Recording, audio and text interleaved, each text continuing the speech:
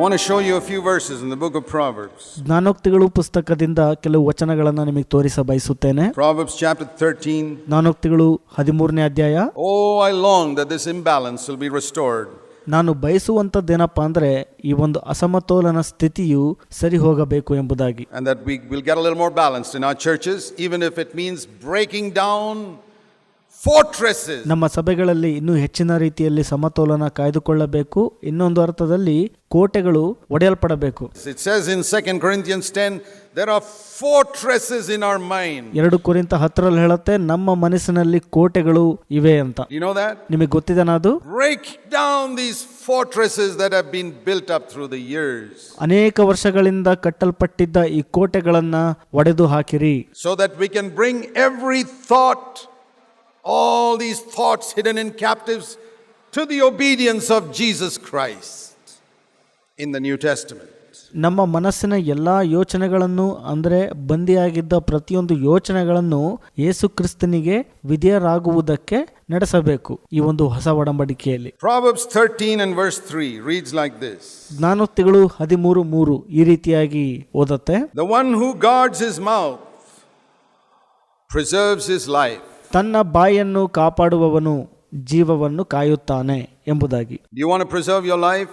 Let me give you a little suggestion. Guard your mouth. ನೀವು ನಿಮ್ಮ ಜೀವವನ್ನ ಕಾಯ್ಕೋಬೇಕಾ? ನಿಮ್ಮ ಬಾಯನ್ನ ಕಾಪಾಡ್ಕೊಳ್ರಿ. ಹಾಗಾದ್ರೆ ಇದು ಒಂದು ನನ್ನ ಸಣ್ಣ ಸಲಹೆ. The one who opens wide his lips comes to ruin. ತನ್ನ ತುಟಿಗಳನ್ನು ಅಗಲವಾಗಿ ತೆರೆಯುವವನಿಗೆ ನಾಶನವಾಗುವುದು ಎಂಬುದಾಗಿ ಅಲ್ಲಿದೆ. And an even stronger verse in chapter 18 and verse 21. ಇದಕ್ಕಿಂತ ಬಲವಾದ ವಾಕ್ಯ ಬಂದು ಜ್ಞಾನೋಕ್ತಿಗಳು 18:21ರಲ್ಲಿದೆ. Death and life are in the power of the tongue. ನಾಲಿಗೆಯ ವಶದಲ್ಲಿ ಮರಣವೂ ಜೀವವೂ ಇದೆ. And those who love it will eat its fruit. ಅದನ್ನು ಪ್ರೀತಿಸುವವರು ಅದರ ಫಲವನ್ನ ತಿನ್ನುವರು. If you love death, you will gossip, you will backbite, you will criticize. ನೀವು ಮರಣವನ್ನ ಪ್ರೀತಿ ಮಾಡಿದರೆ ಚಾಡಿ ಹೇಳುವವರಾಗ್ತೀರಿ, ಹಿಂದೆ ಮಾತನಾಡುವವರಾಗ್ತೀರಿ ಮತ್ತು ಇತರರನ್ನ ಟೀಕೆ ಮಾಡುವವರಾಗ್ತೀರಿ. You'll be curious, you'll be a busybody in matters that don't concern you. ನಿಮಗೆ ಸಂಬಂಧ ಪಡದೇ ಇರುವ ವಿಷಯದಲ್ಲಿ ನೀವು ತಲೆ ಹಾಕ್ತೀರಿ ಮತ್ತು ಅದರ ವಿಷಯವಾಗಿ ಕುತೂಹಲ ಉಳ್ಳವರಾಗ್ತೀರಿ. You'll get angry. ನೀವು ಕೋಪವನ್ನ ಮಾಡ್ಕೊಳ್ತೀರಿ. You'll speak bitter words because you love death. You say, no, I don't love death. You do. ನೀವು ಕಹಿ ಭಾವನೆಯ ಮಾತುಗಳನ್ನು ಆಡ್ತೀರಿ.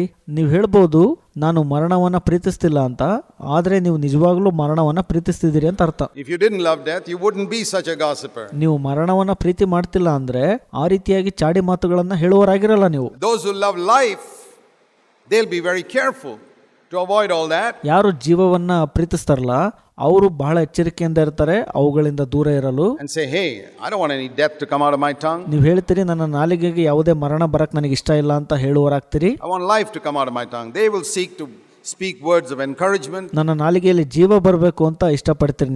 ನೀವು ಪ್ರೋತ್ಸಾಹದ ಮಾತುಗಳನ್ನ ಆಡಬೇಕು ಅಂತ ಬಯಸುತ್ತೀರಿ. To bless other people. ನೀವು ಇತರ ಜನರನ್ನ ಆಶೀರ್ವದಿಸ್ತೀರಿ. They'll hold back words which the devil says, say that. ಸೈತಾನನು ಹೇಳು ಅಂತ ಹೇಳುವ ಮಾತನ್ನ ನೀವು ಹಿಡಿದಿಟ್ಕೊಳ್ತೀರಿ, ಹೇಳಲ್ಲ ಅಂತ. They'll be very careful. Death and life are in the power of the tongue. ಜೀವ ಮತ್ತು ಮರಣ ಎರಡು ಕೂಡ ನಾಲಿಗೆಯ ವಶದಲ್ಲಿದೆ. And the one who loves whichever will eat that fruit. ಯಾರು ಯಾವುದನ್ನೇ ಪ್ರೀತಿಸಿದರೂ ಅದರ ಫಲವನ್ನ ತಿಂದೇ ತಿಂತಾರೆ. I told you about the fire of the Holy Spirit that sat on the heads of people on the day of Pentecost in the shape of a tongue. ನಾನು ನಿಮಗೆ ಹೇಳಿದೆ ಪಂಚಶತಮ ದಿನದಂದು ಜನರ ತಲೆಯ ಮೇಲೆ ಪವಿತ್ರಾತ್ಮನ ಬೆಂಕಿಯು ನಾಲಿಗೆಯ ರೂಪವಾಗಿ ಬಂದು ಕೂತುಕೊಂಡಿತು ಅಂತ. In James chapter 3 it says about another fire. ಯಾಕೋಬ 3ನೇ ಅಧ್ಯಾಯದಲ್ಲಿ ಇನ್ನೊಂದು ಬೆಂಕಿ ಬಗ್ಗೆ ಮಾತನಾಡುತ್ತಲ್ಲಿ It says here, ಇಲ್ಲಿ ಹೇಳುತ್ತೆ in verse 6, 6ನೇ ವಚನ, James 3 verse 6, ಯಾಕೋಬ 3:6, the tongue is a fire. ನಾಲಿಗೆಯು ಬೆಂಕಿಯಾಗಿದೆ. The very world of sin. ದುಷ್ಟ ಲೋಕವು, imagine a world of sin sitting inside our mouth. ನೋಡ್ರಿ, ದುಷ್ಟ ಲೋಕವು ನಮ್ಮ ಬಾಯ ಒಳಗಡೆ ಕೂತ್ಕೊಂಡ್ಬಿಟ್ಟಿದೆ. The tongue is set in the members, defiles the whole body. ಅದು ನಮ್ಮ ಅಂಗಗಳಲ್ಲಿ ಇದ್ದು ದೇಹವನ್ನೆಲ್ಲ ಹೊಲೆ ಮಾಡುತ್ತದೆ. How many of you know that your tongue can defile your whole body? ಎಷ್ಟು ಜನಕ್ಕೆ ನಿಮಗೆ ಗೊತ್ತಿದೆ ನಿಮ್ಮ ನಾಲಿಗೆಯು ನಿಮ್ಮ ದೇಹದ ಅಂಗಗಳನ್ನು ಹೊಲೆ ಮಾಡುತ್ತದೆ ಅಂತ? It is set on fire by the fire of hell. ಅದು ನರಕದ ಬೆಂಕಿಯನ್ನ ಹಚ್ಚಿಕೊಳ್ಳುವುದಾಗಿಯೂ ಇದೆ ಎಂಬುದಾಗಿ ಅಲ್ಲಿ ಹೇಳುತ್ತೆ. Here's another fire. ಇದು ಮತ್ತೊಂದು ರೀತಿಯ ಬೆಂಕಿ. Your tongue can be set on fire by the fire of the Holy Spirit, Acts 2:4. ಅಪೊಸ್ತಲ ಕೃತ್ಯಗಳು 2:4 ಹೇಳೋ ಪ್ರಕಾರ ನಿಮ್ಮ ನಾಲಿಗೆಯು ಪವಿತ್ರಾತ್ಮನ ಬೆಂಕಿ ಅಂತ ಕೂಡಬಹುದು. Or set on fire with the fire of hell, Acts 3:6. ಅಥವಾ ಯಾಕೋಬ 3:6 ಹೇಳೋ ಪ್ರಕಾರ ನರಕದ ಬೆಂಕಿಯಂತೆ ಹಚ್ಚಿಕೊಳ್ಳಬಹುದು. Now the only book in the Old Testament which is like a new covenant book in Old Testament is the book of Proverbs. ಹಳೆಯ ಒಡಂಬಡಿಕೆಯ ಪುಸ್ತಕಗಳಲ್ಲಿ ಒಂದೇ ಒಂದು ಪುಸ್ತಕ ಹೊಸ ಒಡಂಬಡಿಕೆಯ ಪುಸ್ತಕ ಎಂಬುದಕ್ಕೆ ತೋರಿಸ್ಕೊಡುತ್ತೆ. ಅದು ಜ್ಞಾನೋಕ್ತಿಗಳು, which emphasizes the tongue. ಅದು ನಾಲಿಗೆ ಕುರಿತಾಗಿ ಒತ್ತಿ ಹೇಳುತ್ತೆ.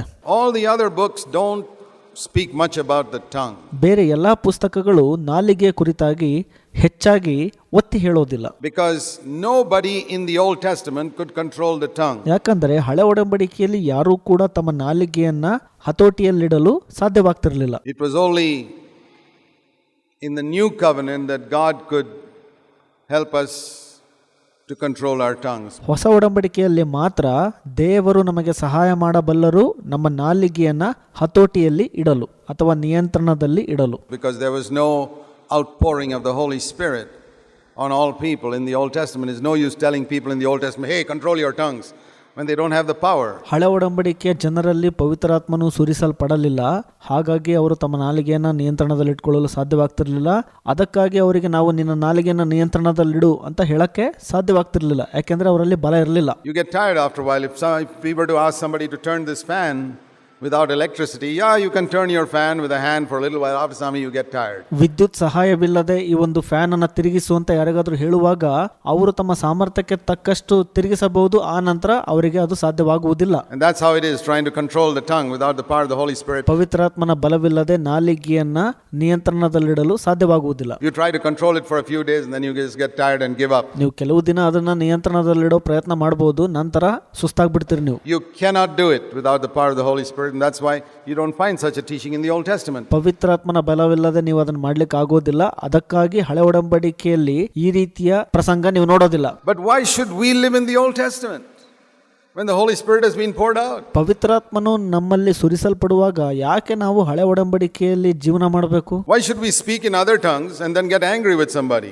ಯಾಕೆ ನಾವು ಅನ್ಯ ಭಾಷೆಯಲ್ಲಿ ಮಾತನಾಡಿ ಇತರರೊಟ್ಟಿಗೆ ಕೋಪಗೊಳ್ಳಬೇಕು? Don't you believe the Holy Spirit can control your mother tongue also? ನೀವು ನಂಬೋದಿಲ್ವಾ ಪವಿತ್ರಾತ್ಮನು ನಿಮ್ಮ ಮಾತೃಭಾಷೆಯನ್ನು ಕೂಡ ಹತೋಟಿಯಲ್ಲಿ ಇಡ್ತಾನೆ ಅಂತ? According to your faith be it unto you. ನಿಮ್ಮ ನಂಬಿಕೆಗೆ ಅನುಸಾರವಾಗಿ ಅದು ಆ ರೀತಿಯಾಗತ್ತೆ. My faith was God can give me other tongues and God can control my mother tongue.